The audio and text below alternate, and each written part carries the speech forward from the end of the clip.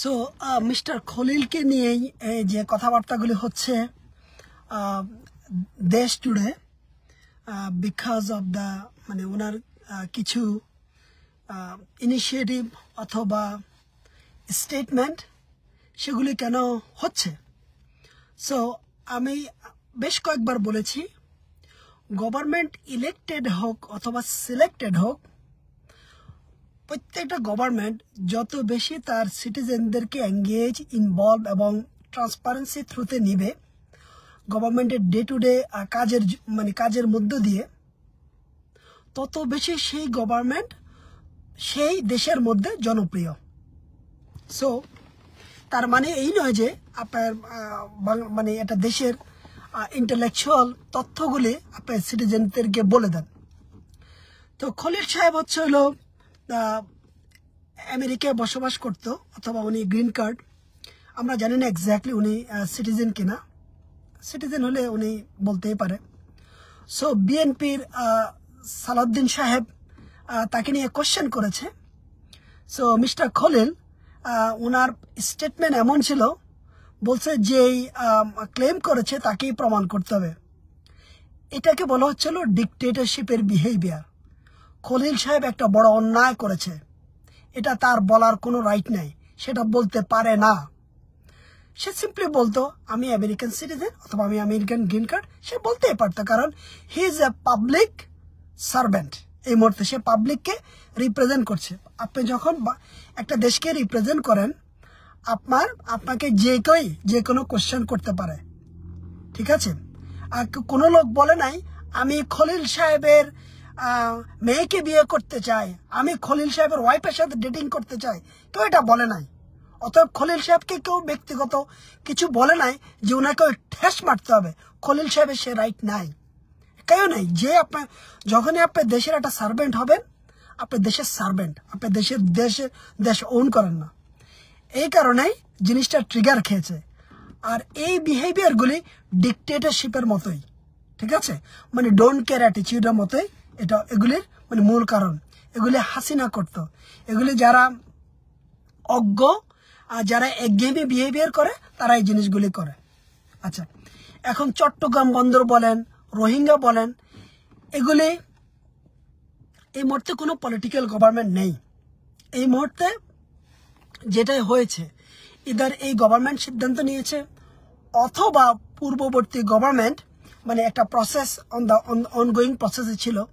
যেটাই হয়েছে, এটা কিন্তু এই গভর্নমেন্টের মোরাল রেসপন্সিবিলিটি যে একটা মানে ট্রান্সপারেন্টলি একটা কমিউনিকেট করা, যে আমরা আপনাদেরকে পুরো দেশকে এত কিছু বলতে পারবো না যেহেতু, কিন্তু পূর্ববর্তী গভর্নমেন্টের আমলে শুরু হয়েছে।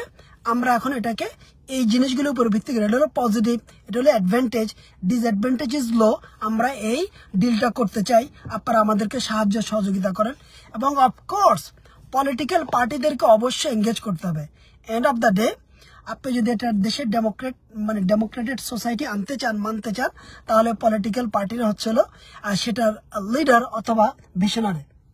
আমার আপনার পিছনেও কয়জন ঘুরবে, তাই না? আলটিমেটলি আপনি আওয়ামী লীগ বলেন, জামাত বলেন, বিএনপি বলেন, এদের পিছনে লোক ঘুরবে, কারণ এরা এস্টাবলিশ পলিটিক্যাল পার্টিস, ঠিক আছে।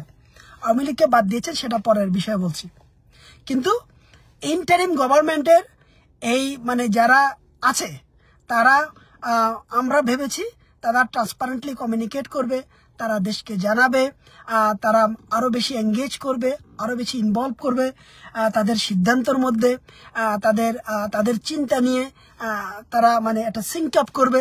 এটা তারা করছে না। এটা তারা না করে তারা ডিকটেটরশিপের বিহেভিয়ার করছে। ইভেন তো তারা অনেক কিছু করে না, মানে পাস্ট গভর্নমেন্টের অনেক কিছু আছে যেগুলি আপনি বাদ দিতে পারবেন না, আপনাকে কন্টিনিউশন করতে হবে। তো আমি অ্যাজ এ দেশের নাগরিক হিসাবে, ইভেন আমেরিকায় থাকি, মিস্টার খলিল থেকে এটা আমি অবশ্যই অ্যাকসেপ্ট করে নেই। আমি যখনই পাবলিক সার্ভেন্ট হব, যে কেউ আমাকে হিট করবে, যে কেউ। অনেক সময় মানুষ মানে বাজেভাবে হিট করে, অনেক সময় মানুষ পলিসি দিয়ে হিট করে, অনেক সময় মানুষ আমার সিদ্ধান্ত দিয়ে হিট করবে। আমার যদি স্কিনের ওই থিকনেস না থাকে, আমাকে একটা মানে পাবলিক প্লেসে কোনো পজিশন হোল্ড না করাই ভালো, আমি যে হোক। অফকোর্স যারা মানে মানে মানে ক্রিটিসিজম করে তারা একজন মানুষকে ব্যক্তিগত আঘাত না করাই ভালো, ঠিক আছে। খলিল সাহেব বলেছে হারবার্ডে পড়েছে না কোথায় করেছে, এটা এখনো সন্দিহান। কারণ কি, জুলকারনাইন ভাই এই নিয়ে কিছু ইনভেস্টিগেশন করেছে, তো কোথাও পাওয়া যায়নি। আমার মতে সে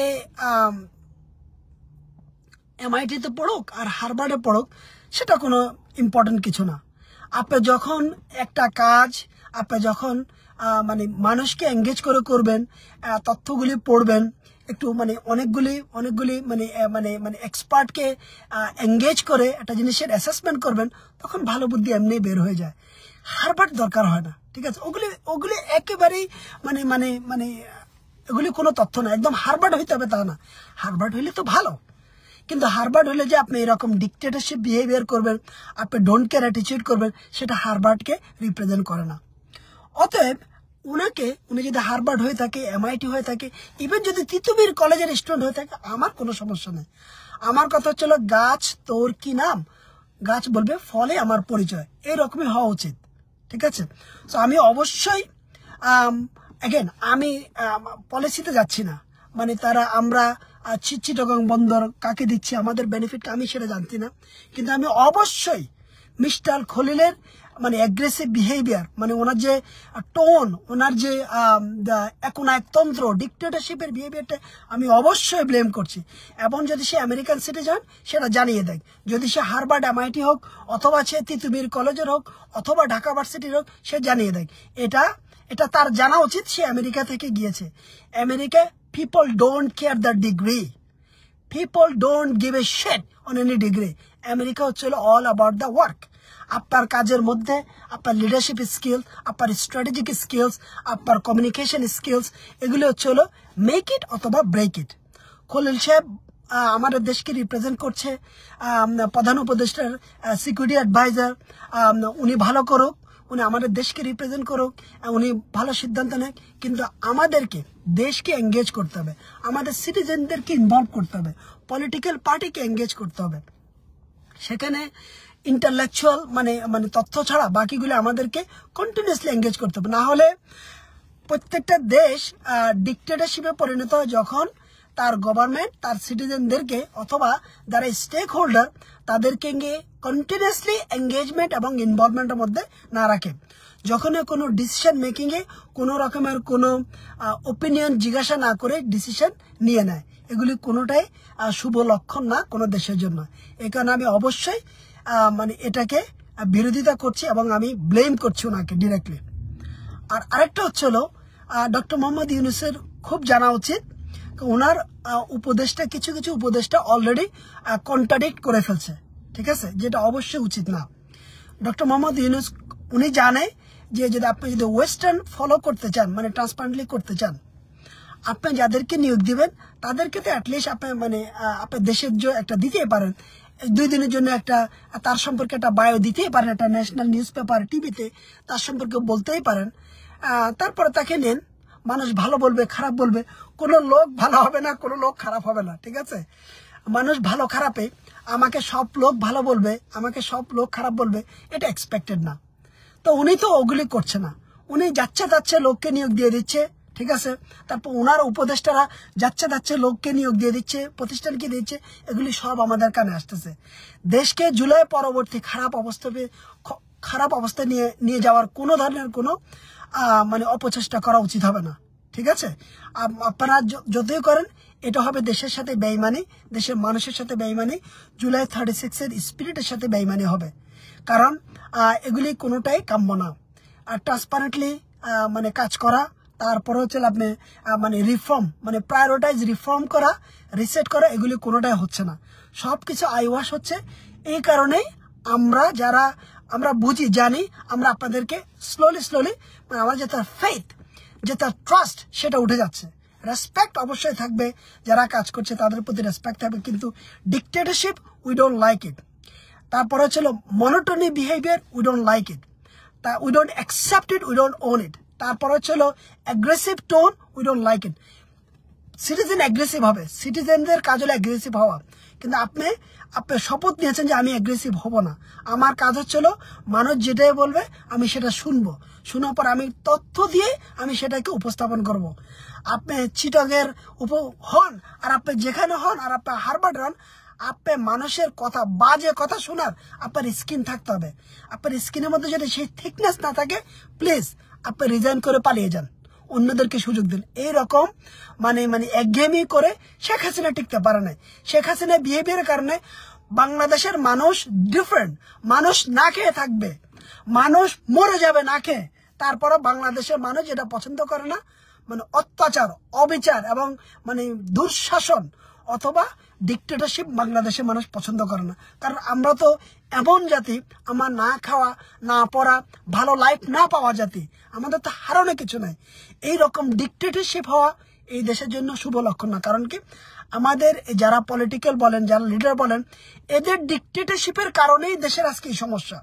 দেশের মানুষের উন্নয়ন হচ্ছে না, আপনার দুঃশাসন, অপশাসন, এগুলি সব কিছুর মূল হচ্ছিল এই দেশে যারা ক্ষমতায় থাকে, যারা এই দেশ চালায় তাদের জন্য।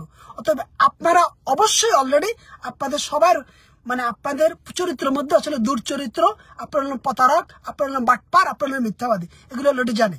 এখন এগুলি বাদ দিয়ে, এইসব নাটক বাদ দিয়ে আপনারা যদি স্কিন থিকনেস না হয়, আপনারা ওই পদে না থাকাই ভালো। আর আপনারা যদি নিজেরা একটা এক্সাম্পল সৃষ্টি না করতে পারেন পরবর্তী পলিটিক্যাল গভর্নমেন্টের জন্য, তাহলে তো তারা এসে বলবে, ওয়েল গত 1.5 বছর 2 বছর তো টাইম নষ্ট করেই গেল ইন্টারিম গভর্নমেন্ট, কিছু তো করলো না, আমরা কেন করব? তখন দেশের মানুষ কিছু বলতে পারবে না।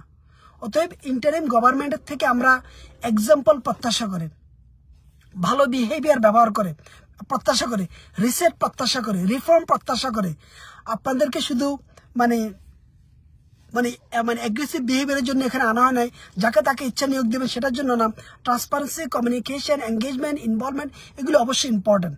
এগুলি না করলে আমাদের কোনো কিছুই আমরা লক্ষ্যমাত্রা পৌঁছাতে পারবো না। Thank you. এটা হচ্ছে আমার takeaway about the national security adviser of interim government of Bangladesh. Thank you.